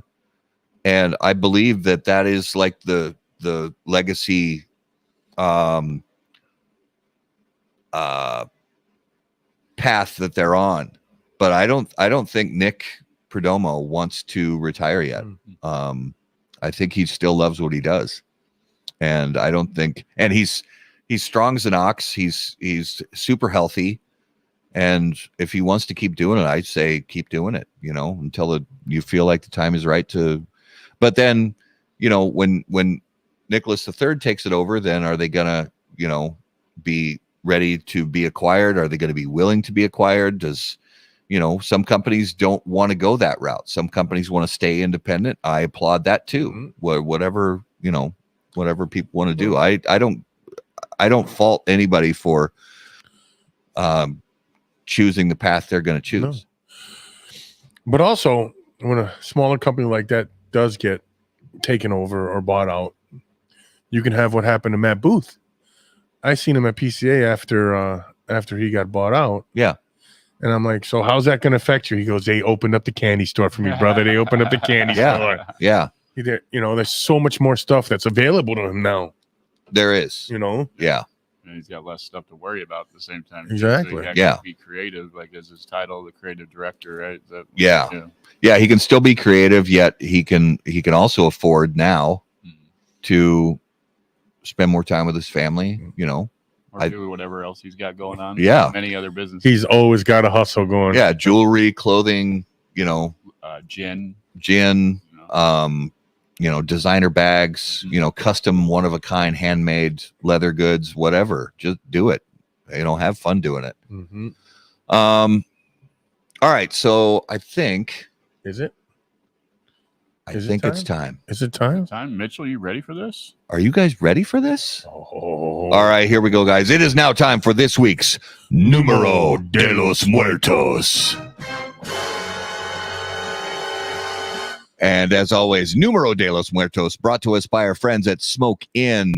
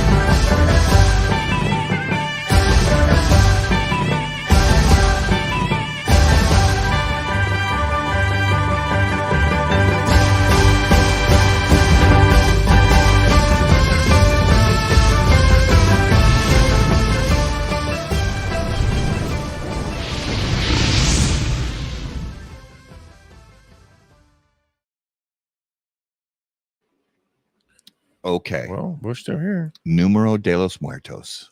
What do you got? Episode 227. The number this week is not 227. Is not 227. The number this week is 1. Gee. Oh boy. And then there was 1. It's another one of those. The number is 1. This is real life, right? Real life. Actually happened.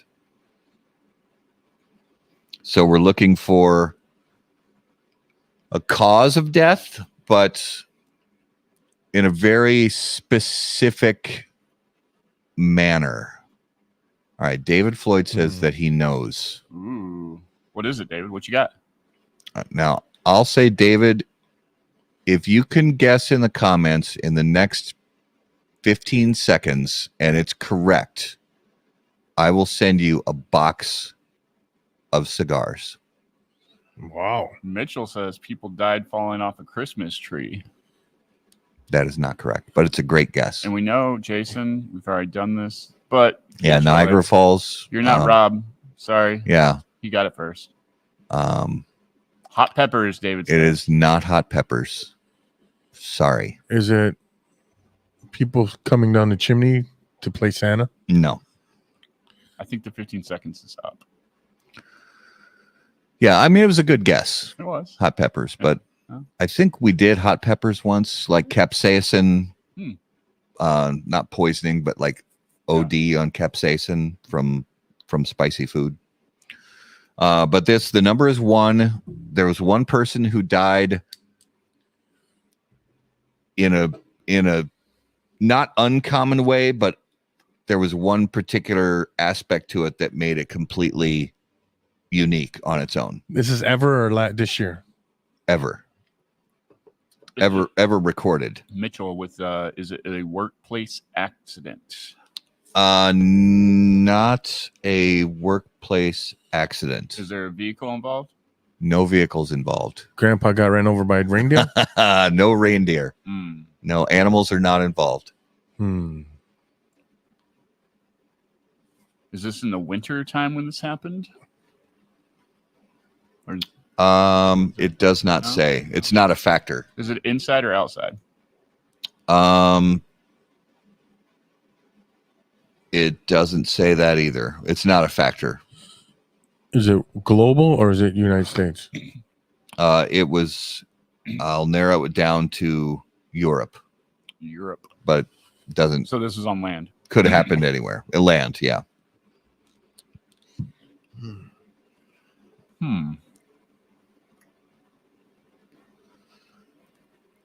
I'll say it was a male who died. Because we do stupid shit all the time. It was one. It was global. Was this claustrosphincter flexophobia, fear of farting in small spaces? Nice one, Rich. I do not have that fear. Okay. But did the guy that died? No, flatulence is not involved. Was it self-inflicted? Yes, Oh, but it was accidental. accidental, self-inflicted, Mitchell.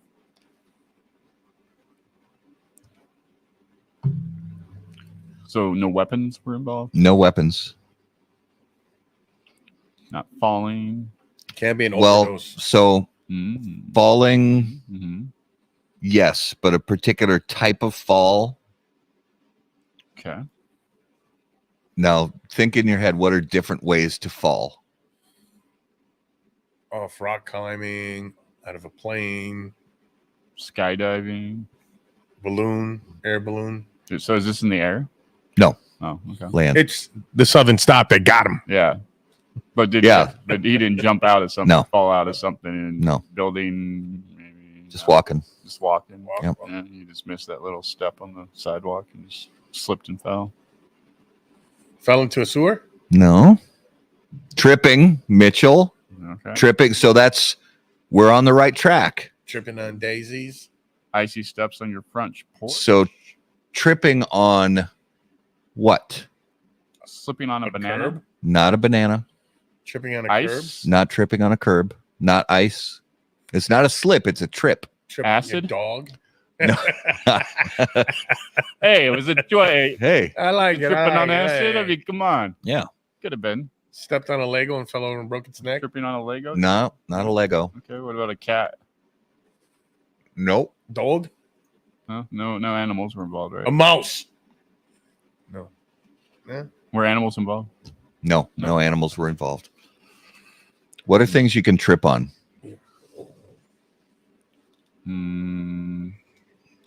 Or actually, since this only has been recorded once in human history, what is something that you would never in a million years think that you could trip on? Tripped on a crack.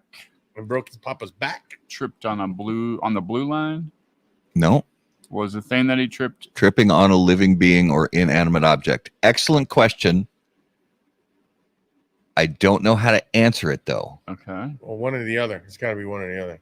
Was the thing that It's an Inanimate object. Uh-huh. It's an inanimate object, but it's connected to a person.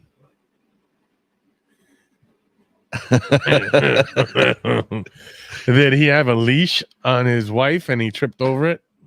No, not a rug? not a rug. Was the thing that tripped him a regularly found thing on the floor? No, Tripping on shoelaces? no, On a person's shoe? No. not luggage, Tripped on some not a flip- shoe. No. Tripped over his flip flops and fell. So the thing Stepped on a Pop-Tart. that he tripped on Uh-huh. was connected to him.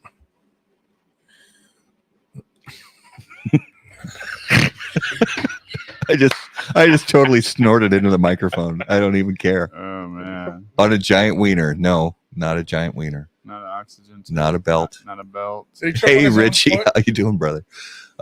Trip on his own foot. Tripping on not Kanye. not tripping on his own foot. On Kanye. No. Trip on his own shoelaces. No. No. Oxygen tank. Tripping on a backpack. Connected to him. Did he drop a cigar and go to grab it and he tripped over and broke his neck? No. The thing that he tripped over was connected to him. His beard? Yes. Yes, his beard. That's your future, brah. Whoa. So That's your future, I'm not that brah. long though. this happened in the 16th century. Okay. A mayor of a town in Austria was walking down the street and he had a 4-foot long beard. Ooh, I got a ways to go. And he tripped. So this was just says 16th century mayor Hans Steininger was famous for his 4-foot long beard until it killed him. Today, Steininger's beard is still displayed at the local museum in Braunau am Inn in Austria. Oh, wow. Steininger was said to often roll his beard up into his pocket to keep it out of the way. But when a fire broke out one day, he forgot to tuck his beard away and tripped at the top of a flight of stairs. The fall was lethal, and so Steininger's beard became famous for more than its length. That's what she said. Wow. So this is like a I felt the more you know shooting star yeah. that Justin, we care. So don't let that thing get too out of control. So this is like an intervention. It's an intervention. It's a beard intervention. Oh man, I know Luciano. They're just like they're setting me up here. Oh man. Yeah, we need you, brother. Don't. Okay. I mean, so don't let it get to 4 foot. Yeah. We'll see how long. Once it gets to like 3.5 feet, just stop. How short was he though? Good point. You know, Probably pretty You're short. At least 6'7", I'm right? 6'1". Yeah. But in the 16th century, I mean, average heights have actually increased throughout the years. So in 16th century, you know, Maybe he was probably 5'2". short. He was probably short. Yeah. Yeah. But if you think about it, if you're at the top of a flight of stairs and you're 5'2" and you have a 4-foot long beard, if you lean over, then that's bye-bye. That's just so it's like that was a hairy situation. I mean, shit. What was he thinking on the way down? Like my fucking beard. Yeah. Damn it. It's just a beard. Yeah. Yeah. It's like I knew I should have taken my wife's advice and cut that thing off. At least down to 3 feet. Yeah. Yeah. All right. So that was this week's Numero de los Muertos. All right, let's jump into the lightning round brought to us by J.C. Newman Cigar Company, America's oldest family-owned premium cigar maker, creators of the popular Brick House, Perla Del Mar, Diamond Crown, and the American. J.C. Newman Cigar Company operates out of their 112-year-old El Reloj cigar factory in historic Cigar City, Tampa, Florida. For more information on their cigars or visitor experience, please visit jcnewman.com. All right. Are we going to go off the rails with this one? Because we all know the questions. No, I've got some new ones. Oh, I was going to make one up as we went. Yeah. All right. To hit him with one.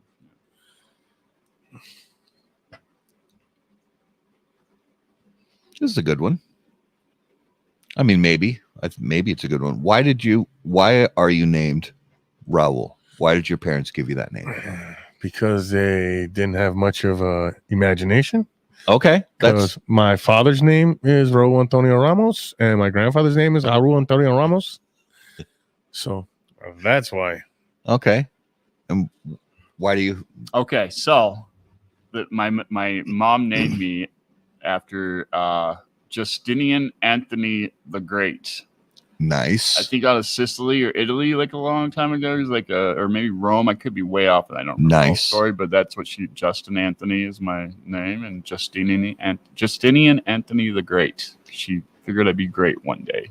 I don't know if I'm got there yet. But. You are a great producer. Oh, there you go. Thanks, man. I like it. What about you? So my name is Matthew Mason Ty, and What's your social?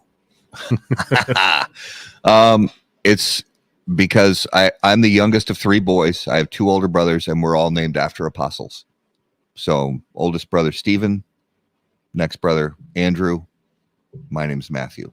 My middle name is Mason, also my dad's middle name, also his dad's middle name, so on and so on. Well, look at that, Raul. Meaning a Raul name is strong and wise. Thank you. I like you every day. You know what? Every day I like you a little more, Luciano.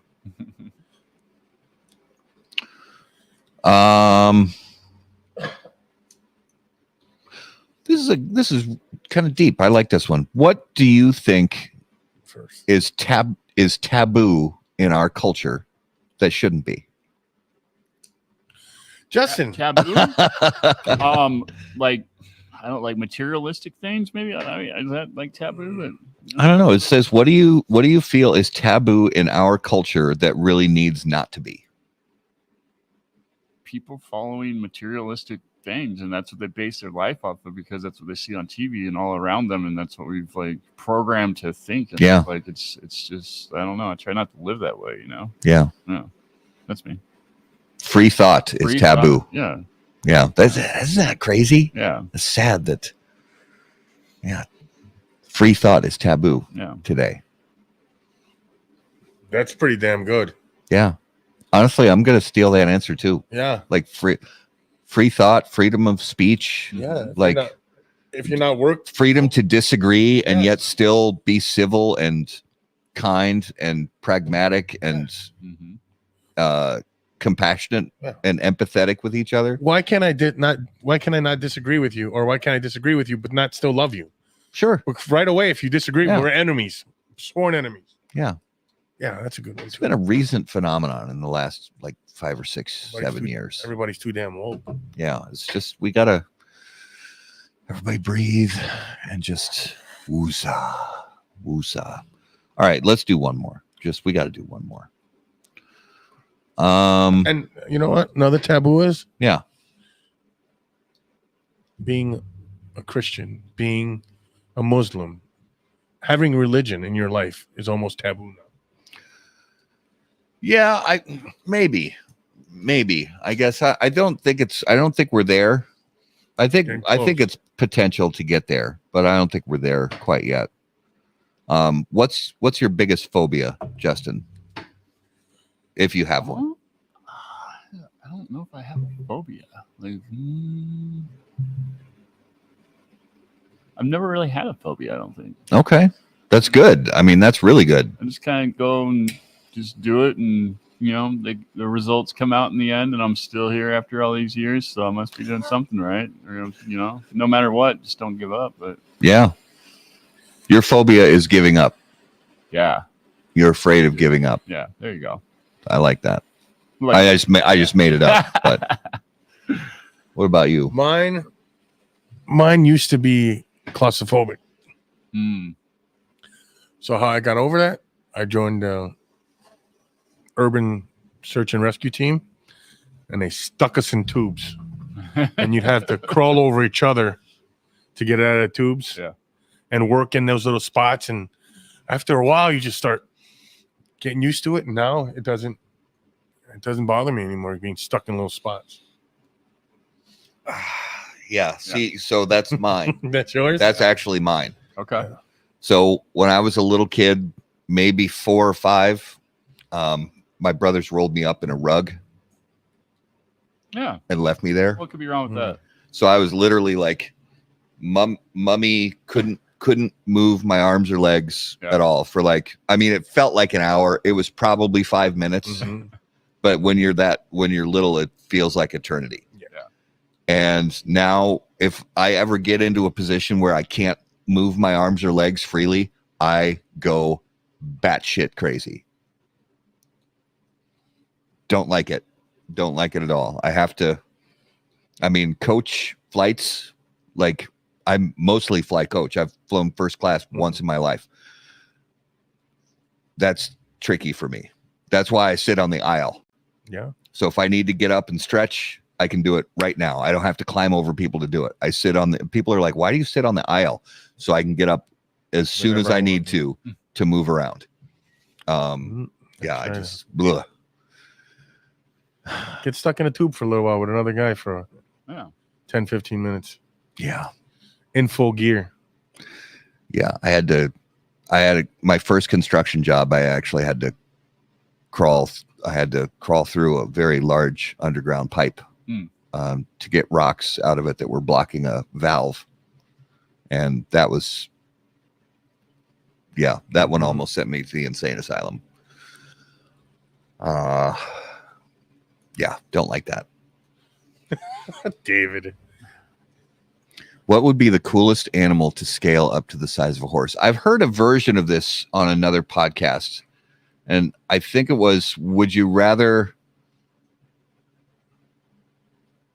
have a horse-sized duck or a duck-sized horse or something like that? I don't remember, but the coolest animal to scale up to the size of a horse?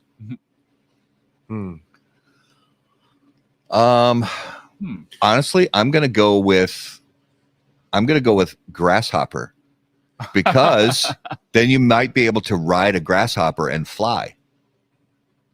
Okay. I want a honey badger. Honey badger, huh? Honey badger. It'd bite your head off if it was the size of a horse. That's dangerous right there. You imagine all that attitude in something that big? Right. Oh. Right. What about if you could make any small animal the size of a horse? Our dog Ruby. No.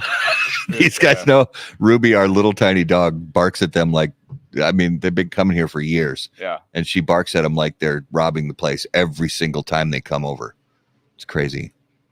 I would not want her to be the size of a horse. No, thank you. I don't know what size of a horse. Let's see. An animal. I don't know. Oh, I got it.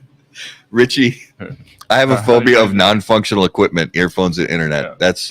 So one time when we had Espinosa guys on, Richie was joining in the group.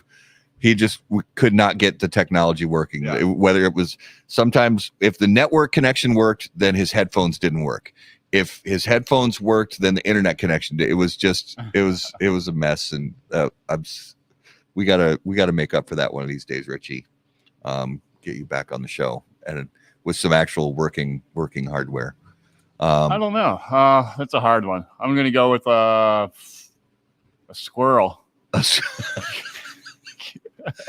horse-sized squirrel. Yeah. That's really good. Yeah. I like that. Yeah. Let's do that. Oh, I don't know.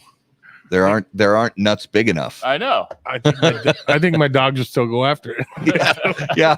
Your dogs would still go after it. Right. Yeah. All right. That brings us into this week's Notable Smokables, brought to us by Luciano Cigars. Notable cigars, notable passion, notable purpose.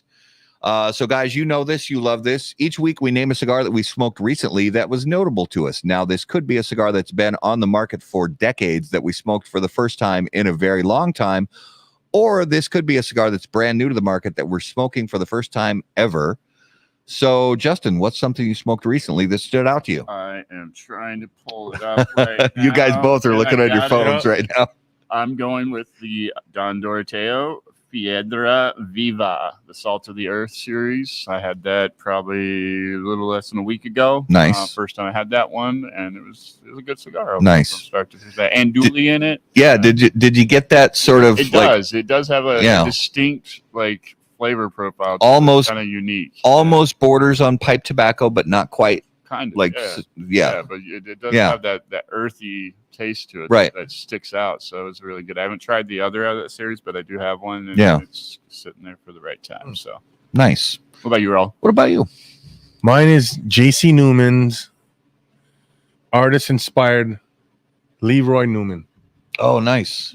It's Nice. an artist that's actually from this area, isn't he? I believe so. From Minnesota. Yeah, I believe so. I smoked that. Me and Dak smoked that the other day at Tobacco Grove, and it's pretty good. The next day he went back and got another one. The box is beautiful. Yeah. Yeah, that artwork is beautiful. What about you, Matt? My notable this week was the Southern Draw Rose of Sharon. And this was my favorite size, the Corona Gorda size. I hadn't had one in, actually it was been quite a while. At least earlier this year, if not last year, was the last time I had one. And just, really enjoyed that cigar. And that's just one of those truly like flavorful Connecticut shade cigars, mild, but still a lot going on. So yeah, good cigar. Tony smoked that Fratello Luna. I've been reading a lot about that lately. Like there's people reviewing it that have really seemed to enjoy it. So I don't think it's going to be limited for too long. I'm going to pick one up. Because I think I'll pick up a few. Yeah. Limited for this year. I think the feedback he's getting on it, I think he's going to. They have it at Perfect Ash, I'm guessing. They don't carry Fratello. No, they have it at Smolder and Tobacco Grove. Oh, okay. Okay. Yeah. I haven't been to Tobacco Grove since August. I need to make it back out there. Yeah. So, but I'll have time. Christmas break. Keep rubbing it in. All right. So that was this week's Notable Smokables, brought to you by Luciano Cigars. Cigars. What the hell was that? Sorry about that. Improving lives through fine cigars. Visit lucianocigars.com to learn more. All right, so let's give you guys the up and coming that we have on the show for our coming attractions, brought to us by our friends at AJ Fernandez. Born and raised in Cuba, AJ Fernandez now produces unparalleled premium cigars in Esteli, Nicaragua. The AJ Fernandez portfolio of cigars provides blend, strength, and flavor profiles to match the preferences of any premium cigar consumer. Whether it's New World, Dias de Gloria, San Latano, Enclave, or Bellas Artes, you are sure to be satisfied with a premium cigar from AJ Fernandez. All right, so this right now is our last show of 2023, but we will be back on January 8th, and that is when we will present the How About That Cigar Top 10 Cigars of the Year list for 2023. And then the week after that, January 15th, we have Honest Abe DeBabna from Smoke Inn on the show to give us a preview of the Great Smoke 2024, the Year of the Dragon, I believe. Yes. That's going to be exciting. So we were at that event a couple of years ago. Absolute blast. Can't wait to hear about maybe get a little sneak peeks at some of the cool stuff that's going to be coming up at the Great Smoke in 2024. So before we go off the air, I want to say to Justin and Raul, brothers, it's a pleasure doing this show with you. I love you both. I'm not going to get emotional. Aww. I'm trying not to. Aww. And I deeply appreciate all that you guys do for the cigar community and for me and for this show and for our viewers and listeners. I can't even put it into words how much it means to us that you guys spend time with us, whether it's live while we're on the show or whether you listen later or watch later on YouTube. It's just every single time we get even a single view, it's mind blowing to us. And so we're just so deeply grateful to you guys for, going on this journey with us. And we'd like to thank you for being not only the lead on this show, but our mentor. And I don't know if you understand how much of a mentor you are to both of us. Absolutely. Yeah. So, we appreciate everything. We're grateful to be a part of this. So. Yes, we are. I'm not getting emotional. I'm not doing it. All. It's okay. No, not at all. Not at all. It's just a cigar show, right? Yeah. Yeah, it's just cigars. Smoke in the eye. That's it. I got smoke in my eyes. Merry Christmas. Yeah, and Merry Christmas, Happy Hanukkah. All you guys, Merry Christmas, Happy Holidays, whatever you celebrate. We hope and pray that you guys have a chance to relax a little bit, enjoy your families, enjoy some great food, some great fellowship with the people around you, and take a second and enjoy a fine cigar, and just reflect on what this year has been for you, and think ahead to what you want next year to be. And we're grateful that you've taken the journey with us, and can't wait to see what 2024 brings. Yeah, I think we're gonna have a hell of a year next year, boys. Yeah, it's gonna be good. And as always, make sure to hit the like and subscribe buttons. Really means a lot to us to get those numbers going for us. And keep sharing us out. If you're able to share us out on Facebook so that other people know that we're out there. And don't forget about our new spot on Instagram. Yeah, that's so cool. I mean, Instagram Live, this is a brand new thing that we've actually been able to do this live on Instagram. I'll be curious to go back later and see how that goes. I haven't really been paying attention to my phone to see if people have been watching and commenting. So, if you're on Instagram watching live, thank you very much for doing that, and take a minute, just leave a comment, or you can even send us a private message on Instagram and, let us know what you thought about it. So that's exciting. Just adding more pieces, to the puzzle, for How About That Cigar. So yeah, follow us on all your favorite social media platforms. You'll find that at HBT Cigar. If you have questions for any of us, you can email us on the website, howaboutthatcigar.com. And of course, until we see you guys next year, burn cigars, not bridges. Thanks, guys. Thanks, guys.